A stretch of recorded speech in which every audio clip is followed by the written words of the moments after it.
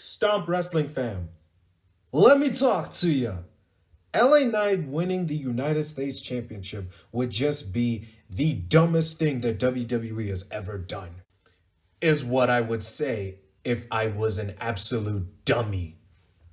But for real, Stomp Wrestling fam, LA Knight as United States Champion, possibly? Let's talk about it. So this past Friday night on SmackDown, there was a United States Invitational consisting of 4 opponents, that being AJ Styles, Butch, Grayson Waller, and Santos Escobar. It seemed like AJ Styles was going to get the win, however he was distracted by Karrion Kross, who attacked his teammates in Luke Gallows and Carl Anderson in the OC. And now the winner of that match was Santos Escobar.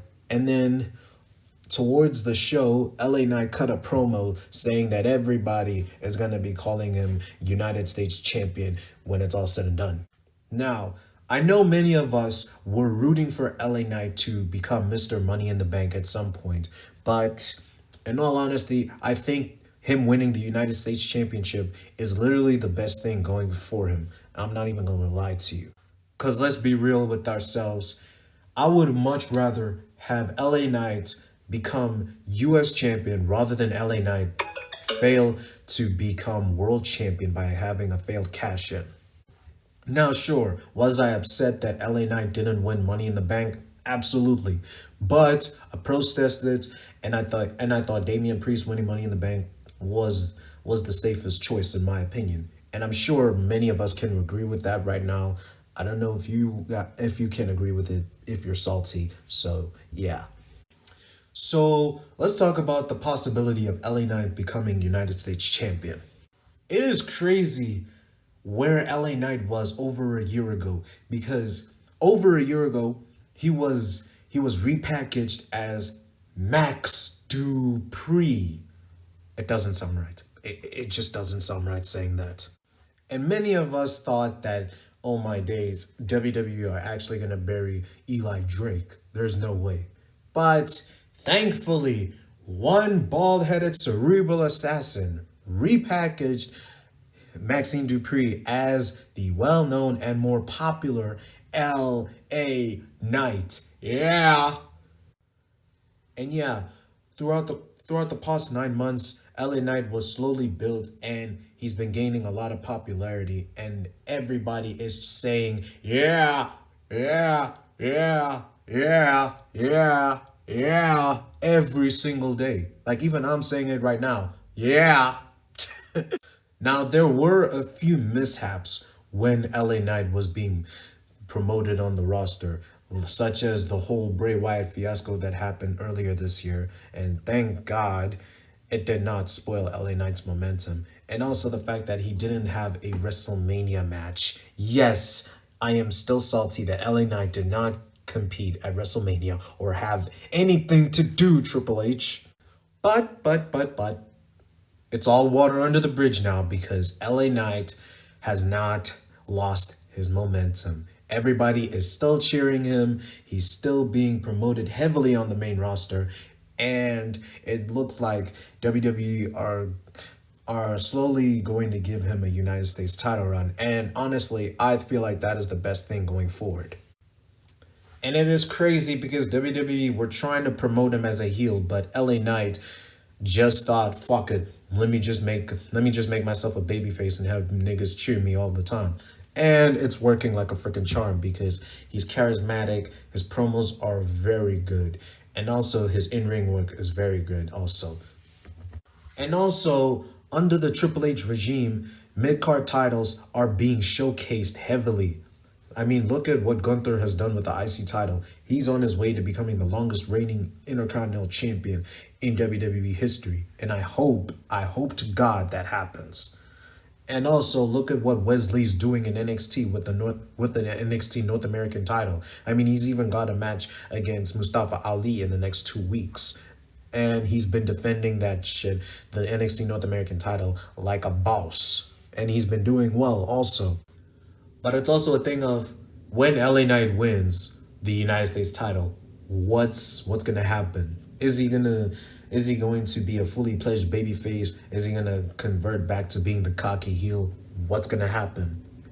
That's the best thing about being a wrestling fan. You don't know what to expect, and you always got to expect the unexpected. And also, let's talk about the current United States champion in Austin Theory. I'm not even going to lie to you. I thought big things were going to come for Austin Theory since after WrestleMania 39 because he defeated John Cena. He literally defeated the face of the company from the 2000s and the 2010s. Like, I thought something big was going to happen. I thought, okay, Cena's been beaten by Theory, and Theory's beaten the likes of Edge and Rey Mysterio. I want to see what's going to happen. Since then, he hasn't been featured much, and he hasn't been in any prominent storylines, even though he's US champion, and he's held that title for like 200 plus days. Now, this is no hate towards Austin Theory. I just wasn't expecting Austin Theory to be an afterthought. I just wasn't expecting that at all. But I think Austin Theory's United States title run has run its course, and now it's time to give it over to somebody else. That being LA Knight. Yeah! And I know what you guys are going to ask. But MPKH, if you want LA Knight to be United States champion, how is WWE going to put him when Santos Escobar won the United States Invitational? Patience, my guy. Patience. I was just getting to that. My goodness, you're so impatient. Let me talk, damn it. Let me talk. So I'm under the impression that this Friday, there's going to be another fatal four-way match, and the winner of that match will face Santos Escobar later on in the night to determine the #1 contender for Austin Theory's United States title for SummerSlam in 2 weeks. So I'm just going to throw in some random names. These names are definitely not the guys that are going to be confirmed for the fatal four-way match happening this Friday. So I'm not going to get everything wrong. I don't know everything, guys. Yes, MPKH is saying he doesn't know everything, even though he pretends that he does. So let's say the participants are going to be Montez Ford, Rey Mysterio, Karrion Kross, and LA Knight. So obviously the winner in that match is going to be LA Knight, and then it's going to happen via a distraction. Karrion Kross will come so close to winning the match and going on to face on Santos Escobar later in the night, but then AJ Styles is going to interrupt him and attack him during the match, which gives LA Knight an opening to pin a weakened Mysterio or Montez Ford.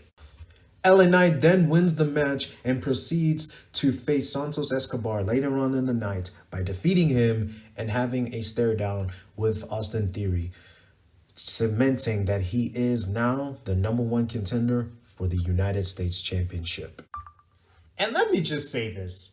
It's chai for Austin Theory because all I know is LA Knight is going to cook Austin Theory on the mic. He is going to cook him, bro. I'm telling you now. So yeah, that's just how I see it happening.